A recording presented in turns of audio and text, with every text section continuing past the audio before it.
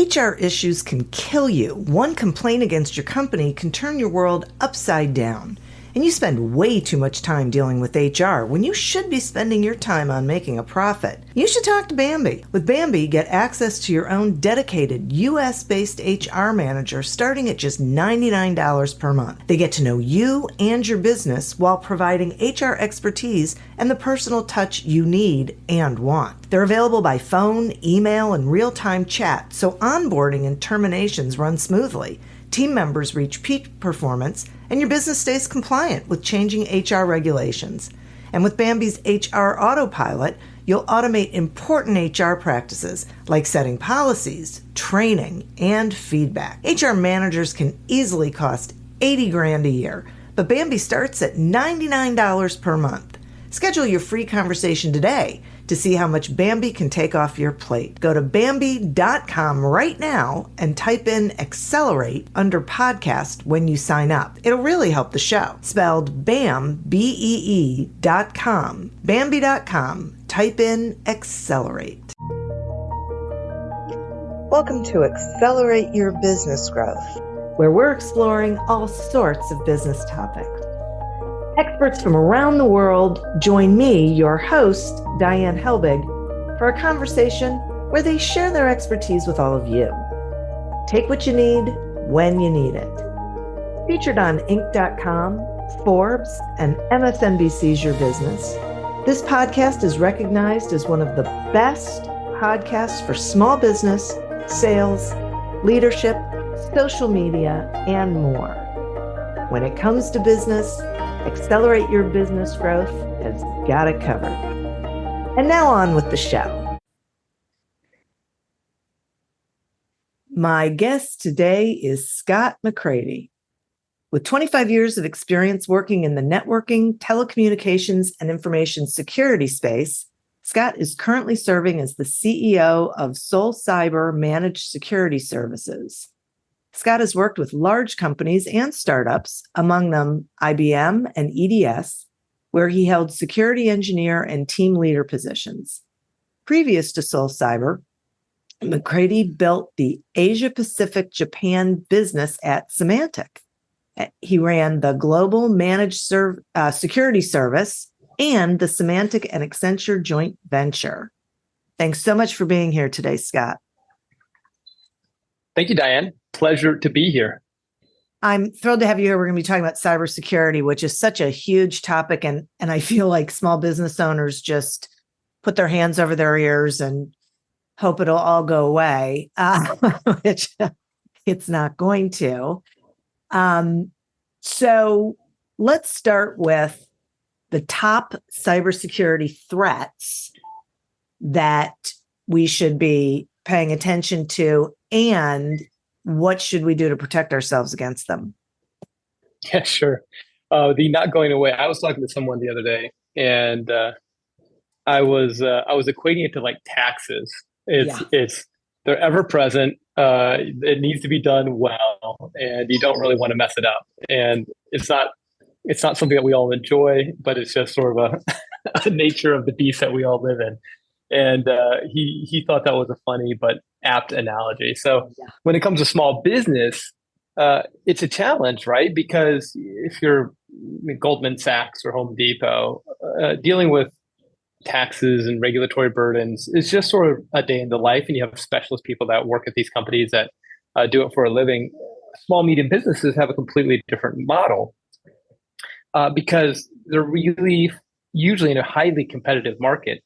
It's incredibly challenging for them to win against somebody else who's obviously, making a similar type solution.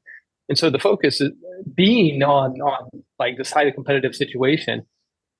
Security is very easy to relegate that to the background, right? And it's one of those things where it's kind of hard to get ahead of it for a lot of smaller organizations.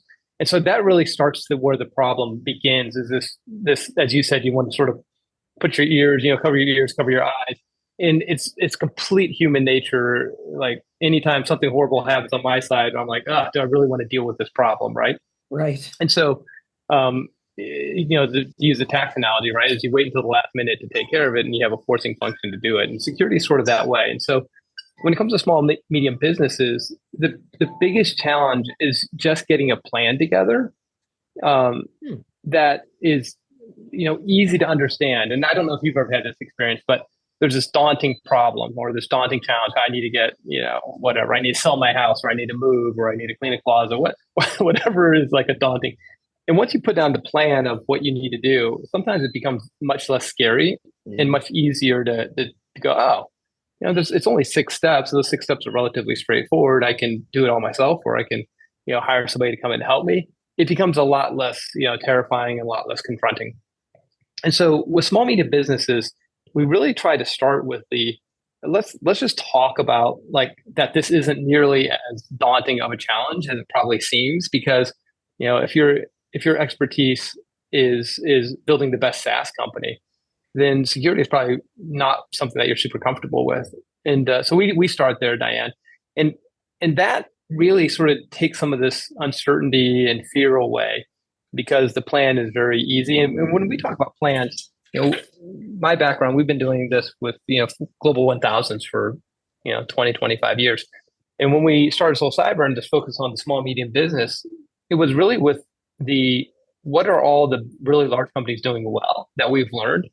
And how do you take that and synthesize it into something super consumable, really bite-sized? And so when we're talking about a plan, it's not like a Accenture, here's your security, your 1,000-page security transformation project. It's really like, if you do these 9 or 10 things well, you're really solving for 90% of the problem. And so I know that your question is like, what's the biggest threat? But from my side, usually it's just getting customers to just understand it's not quite as terrifying to put in a good security program as they may think.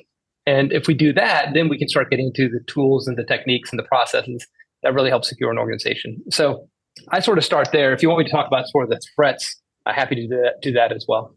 Well, that actually will be my next question, but I'm really glad that you talked about it's really about getting started and getting that strategy and that plan together, because I agree that ends up then making it not so scary and not so formidable. But let's talk about, if you could, what some of we hear a lot about ransomware, phishing, but what is out there that we should be paying attention to, and how do we pay attention? Like, what are the danger signs? A lot of people say, like, I won't open an email from anyone I don't know. That is actually very useful, a very useful habit that you have there. So in the small medium business space, over 80% of the attacks, probably really closer to 90%, are financially driven attacks. And so the goal is for the attacker to figure out a way to get money out of the organization. In the nation state and the alpha predator type attacks still are focused on large corporations or governments. However, the alpha predator type attacks, what we're seeing is that they can go broader much more quickly. So imagine that you're working for another government and you really have the best techniques out there in the world, and you're using those against a subset of companies. Those tools and techniques are learned very quickly by the adversaries, and those can be used against small, medium businesses in a broad manner now. And that's really one of the main things that's changed is these very sophisticated attacks get commoditized very quickly out into the broader adversarial ecosystem, and then they get used against small, medium businesses as a sort of a spray methodology. And I think that's one thing that small, medium businesses don't understand is even as little as maybe 6 or 7 years ago, they would sort of quote unquote have to be targeted. But in today's world, that's not the case. It's like there's a big board with holes in the board all over the place, and each of those holes represents a small medium business. And then the adversaries just roll marbles down the board and wait to see what marble falls into a hole. That's really what's happening. And so when we talk to small medium businesses, they say, well, I don't really think there's nothing interesting that I have that an attacker would want. And we say, they don't care. They're not targeting you. What they're doing is they're launching a campaign that's just a spray and pray. And you can get caught up in that very easily. And so the first thing is the concept of, I don't have anything that's interesting. That's all gone away. It's whether or not you're going to be one of the unlucky ones that gets, the marble following in the hole that that's you. And so that goes to the second piece then, which is what are the types of attacks?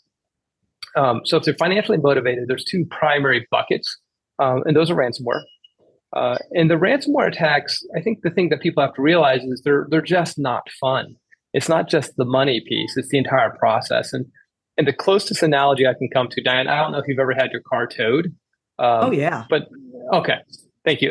This is the closest analogy I can come to that is as universally applicable as possible.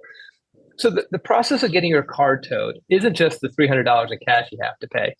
It's the entire process of usually going down to a less savory part of town. You feel like you're a criminal because you're talking to people behind bars. It's usually at a weird hour. You've got to go to an ATM to get cash. Like the entire process is just really unpleasant to get your car out of hock. And that's sort of the same way with ransomware. Sure, you got to make this big payment, but you've got to work through a process with the insurance companies. You got to get lawyers involved. You got to have a breach coach. You have to have an incident response company. Like there's all these things that go along with it before you actually get to the unfun part of most likely having to pay the money. And so I really want to convey to the audience that it's just better to pay for the valet parking, pay your $5 for the valet parking, and then pay the $300 because you accidentally parked in the wrong location. That's why I tell everybody it's cybersecurity these days is we can make it really cost effective to have really good security. It's the whole reason why Soul Cyber is in business, and it's just a better model than having to try to solve this problem after you've had a problem. And so ransomware is the first big one. The second one is something called BEC or ATO. So this is business email compromise or account takeover. And what this is really focused on is getting a hold of Scott McCrady's credentials. And so they want to log into the network as Scott McCrady. They don't necessarily have to put anything malicious onto my device to do that. If they get a hold of my username and password, get around. If I don't have MFA turned on, they can multi-factor authentication. If I do, there's ways of spoofing it. And so once they're in as me, they can do a lot of things. They can start sending emails, pay this wire. Obviously, that's a very common one. Send this money to this location, go in and approve things in the banking systems. And so the second major attack that you see in small, medium business is this concept of account takeover, leading to different types of compromises that usually involve the payment or transfer of money. And so those ones are actually relatively difficult to stop unless you have some sophisticated means of telling that when someone's logged in as Scott McCrady, they're not actually Scott McCrady. And the joke I use is, if somebody's logged in as Scott McCrady from Canada, it's 3 a.m. in the morning. He is going to certain locations that he's never gone to in his life inside the network. That could be me, but it also very, depending on what that person's doing, it could be somebody else. And so the ability to tell that the odds are incredibly high that that's not me is really needed in small, medium businesses. It's called user behavioral analysis. And almost nobody in the small, medium business has that. And they don't think they need it, again, because they're not targeted.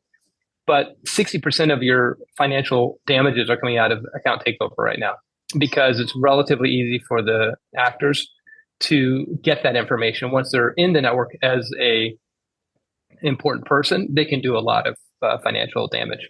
And so there's definitely ways to combat this, and there's definitely ways to combat it effectively. But again, it's one of those things that's ever changing, and it's just difficult for small, medium businesses to keep up and sort of be aware of how things are changing and what's happening today relative to a year or 3 years ago. Right, exactly. And I want to ask you a question about that in a minute, but I do want to confirm what you're talking about. I get it that small businesses don't think they're a target, but I am on the board of an association, and every year the board, it doesn't turn completely over, but some people, their term will be up, and so they'll roll off and other people roll on. And every single year, the board members get an email asking them to pay or buy gift cards or something. And our president has to send an email to the board every year and say, do not open right? And it's just, Yep. they've got us on their clock, or, the That's marbles, right. right? Yep. That Yep. whole, they've got it. And so they're just going to give it a shot every year and hope that someone isn't paying attention and doesn't think that's strange. So You're 100% correct. And when I say generic attacks, that is the case, but the adversaries actually do target certain, like we see it all the time in merger and acquisition. So you're a 300 or 400 seat company, user company, and you're getting purchased. Adversaries know that, and they will go after that company pretty aggressively because they know that the purchasing company will have a problem. And so there are these triggers that happen that with organizations that make the chance or make the odds significantly higher that they will be actually targeted versus more of a broad, being caught up in a broad scale attack. Yeah. Yeah. It's really interesting. So now let's talk about keeping up, because sometimes it feels like it goes in waves. Like sometimes every day there'll be a story on the news about there's a new scam, there's a new whatever it is. And then it seems like maybe it gets quiet for a little while. But how does a small business owner keep up with this constantly changing landscape? It's a great question, and again, it's sort of why we started Soul Cyber, because it's actually relatively difficult to keep up with the changing landscape, and it does come in waves. And as an example, when the current Ukrainian conflict kicked off, we saw a change in the attack patterns coming out of that part of the world. And what a lot of people don't know, and candidly in small medium business, you don't really need to know, but a lot of the attackers are subcontracted out to government agencies at different times. And so they could be organized crime that actually is out trying to make money, but at various times they could be co-opted into a government to go do hacks or attacks on behalf of the government. And so these waves of different types of attacks are not, you're accurate in feeling that. It also comes to the tooling and the types of tools. And sometimes there's a new type of tool or new system that is actually very effective. And so you'll see attacks pick up based on the new tooling. So yes, and it's kind of hard again for small medium business to recognize when these waves happen or when the attack patterns change. And so as an example, malicious, what we call the ability to put a piece of dirty code onto a machine, that used to be a lot higher percentage of the attacks. Today, that's about 40% of the attacks. Account takeover, which is username and credentials and logging in as a person, used to be a lower percentage of the attacks. That's about 60% of the attacks. And so it is challenging. Like on our board, we have a gentleman by the name of General Keith Alexander. He's on two boards. He's on ours and Amazon's. And he helped start US Cyber Command. So he started the offensive and defensive capabilities for the US government. And, he knows, I live in the security space, but he knows even way more than I know, right? And so there's these levels of how much knowledge, but the reason why he's on our board is because he feels really strongly about trying to help, the mid-market get secure and get better security in an easy and compelling manner, because he's the first to say that it's just really hard for the everyday person to keep up on the changing, tides of the security industry and what's happening out there. And it's overwhelming. I mean, there's 4,500 technologies now in information security, approximately. And so again, for small medium business, how do you like work your way through 4,500 pieces of technology to figure out what do you need to secure your organization, and then find the people to do that? And that's why this overwhelming, daunting, and then nothing really happens. I believe. I think we're as much to blame for the industry. The security industry is as much to blame for it as anyone, because it is overwhelming how much stuff we've built to try to protect organizations from bad actors. Mm-hmm. And it can be confusing and just sort of a tidal wave of noise coming at these small medium businesses. Right. Absolutely. And can you talk some about these chat bots and AI tools? Do they enhance the risk, or are there things that we can be doing with them to minimize the risk? Yeah, no, that's a great question. Obviously, AI is on the top of everyone's mind right now. And candidly, it's very relevant to the security space. Hmm. They're like all things, right? We are in a constant offensive and defensive battle with these actors. There's um, it never really ends, which is unfortunate. But um, there are ways to get ahead of it.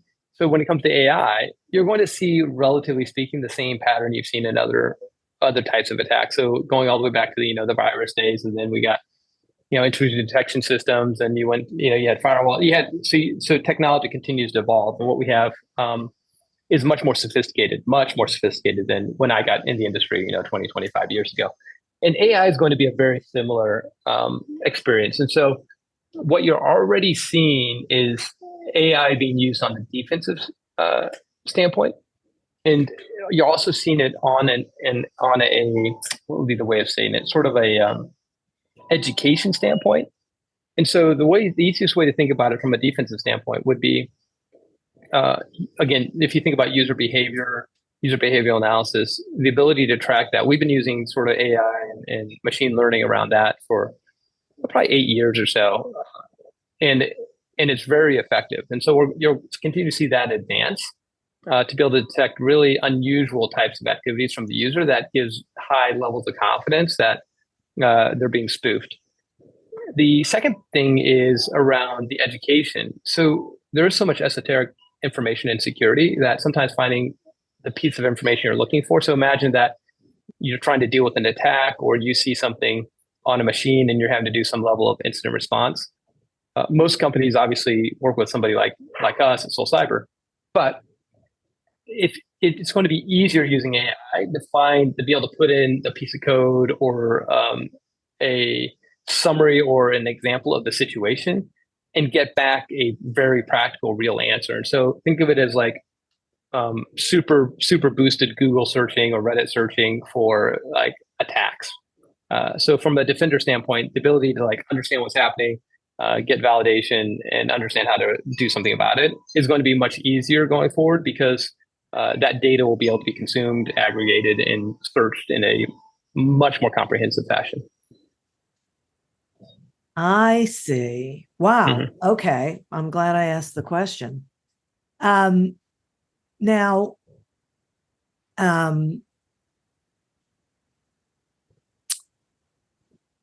let's talk about the investment, because I'm sure that's another thing listeners are thinking, that it's going to be more expensive to safeguard against cyber attacks than it is to take a chance. So what would you say are like some practical, cost-effective ways that small businesses can protect themselves against these cyber threats?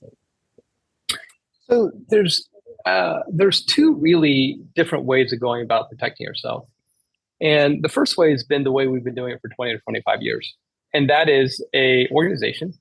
They can either figure it out themselves, or they can work with a consultant. They say, okay, these are the things that you need to do to protect yourself, and this is what you can do over the next, 2 to 3 years, right? Here's the budget. Usually that involves a list of tools that they need to go buy. And then they need to have, one or more humans to deploy them, manage them, keep them updated, and then look at the data coming off of those tools. And so there's different types of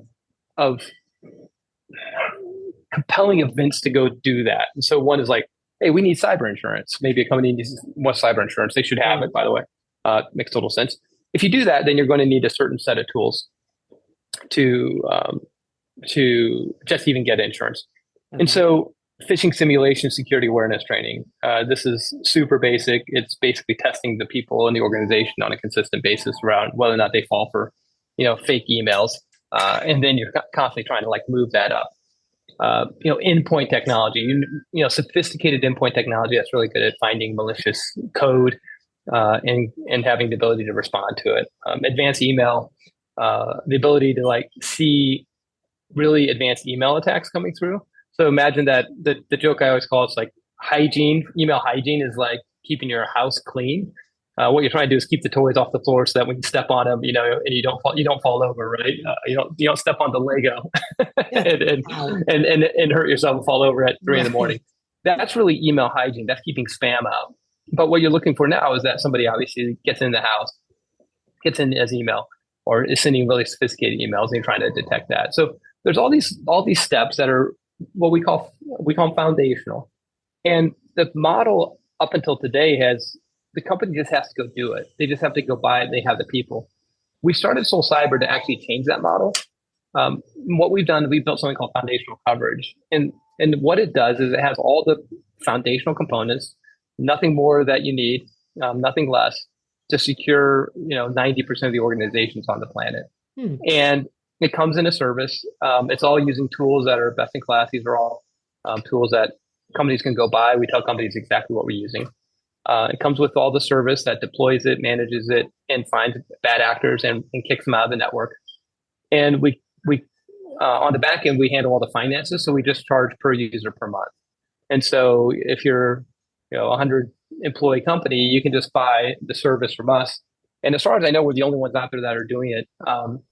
And instead of having to go build this all and then hire the people and then outsource part of it, our view is that most everybody's going to go to this model, which is basically a security program as a subscription. And it really makes it easy for companies. We can be up and running in days. And it's very cost effective. It tends to be about half the price of trying to go do it yourself. And so our view is that the model of, and Diane, maybe the easiest way to describe it was like 10 years ago, we all had like banks and banks and banks, thousands of servers sitting in data centers that we all managed. And we had software sitting on them. We had an orchestration layer. And then I had people that managed all those servers. Now we take all that and move it up to the cloud. And I have people that manage the cloud. And so all the servers, all the software, all the orchestration layer, all that's being done by AWS or Azure or Google or whomever. And our view is the same way, which is this process of buying like all the software up front and the servers up front and having the people manage it. And then if something bad happens, having the same people who aren't response experts trying to go into an office at 2 a.m. on a Saturday and trying to fix it. That whole model we just view is not really long-term sustainable. And then also our service gets updated every 6 months based on what's happening in the attack landscape. And so staying abreast of the latest attacks and if anything needs to change to find and detect those attacks and respond to them is included in the service. So just like AWS will upgrade servers when they need to and bandwidth, we do the same from a security standpoint. And so there's two models, which is build it and run it yourself. We think that model is going to go away in the mid-market. And the second model is what we have. And I'm sure more and more companies will try to come out and copy it, but it's just buy a service that has all the stuff you need and just get back to your day job. Yeah, boy, right? I mean, I think only people who really enjoy this kind of thing shouldn't necessarily be doing Well, it. There's a lot of people that are out there that really do enjoy it. And so it's funny, we do talk to companies and they like playing with the toys. So they like buying something new every year and playing with it, which is fine. I'm an engineer by trade, so I totally get that. But there's this really boring phrase that we call concept of operations, which basically means how are you going to run your program in a consistent, repeatable, and effective manner? And it's just one of those things that's incredibly not sexy, but it's also like the most important thing you have to build, which is like, how are we going to do this? And that's really where you see a lot of the larger companies fail. How do large companies get breached? A lot of times, not all the time, sometimes it's really sophisticated attacks, but oftentimes they're just not running their playbook the way they're supposed to run the playbook. And again, it's not, super interesting to talk about this, concept of operations, but what you're really looking to do is get really effective tools put together and hung together with a layer of services on top of it so that at any point in time, we can see when something bad's happening and respond to it and kick them back out. Right, exactly. Wow, Scott, I really appreciate this information, and it definitely gives the listeners something to think about. To think about all this, I think, in a more empowering sort of way. So I greatly appreciate that. And will you tell the listeners how they can find you, please? Sure, of course. And I do love that term empowering, Diane, because I really think that's what they need to think about is just we're very low pressure on the sales side. If they have any questions, they can contact us or they can contact, somebody else they trust. But we really want to try to lower that fear and that like it's a black box that's really scary to go into, and give people some comfort that they can get this solved and get this headache and worry off their plates. And so if you have any questions, feel free to ping us at solcyber.com. That's SOLCYBER, solcyber.com. And happy to have a conversation and help anybody out that has questions. Wonderful. Thank you. And listeners, thank you. You are who we're doing this for. Thank you for tuning in to this episode of Accelerate Your Business Growth, a production of Evergreen Podcasts. Discover more episodes of this podcast and explore others at evergreenpodcast.com. As always, continue to prosper and be curious. And if you're looking to get your sales strategy headed in the right direction, pick up a copy of Succeed Without Selling on Amazon or wherever books are sold. Until we meet again on another episode of Accelerate Your Business Growth, goodbye and good day. Hey friends, this is Jim Knight, former 21-year Hard Rock executive turned best-selling author and top 10 keynote speaker. And I'm Brant Menswar, former frontman of Hollywood's Most Dangerous Band turned top 10 motivational speaker and best-selling author. We host the how-to podcast Thoughts That Rock, where we talk to rock stars, athletes, CEOs, astronauts, and even next-door neighbors who share their expertise and opinions. Together, we tackle the most interesting and challenging topics of today. Whether you want to learn how to become more confident, how to deal with anxiety at work, or how to write a hit song, or use Brazilian Jiu-Jitsu in life, we've got hundreds of episodes to help amp up your life and move you forward. Subscribe to Thoughts That Rock wherever you listen to podcasts, and check out evergreenpodcast.com for more information.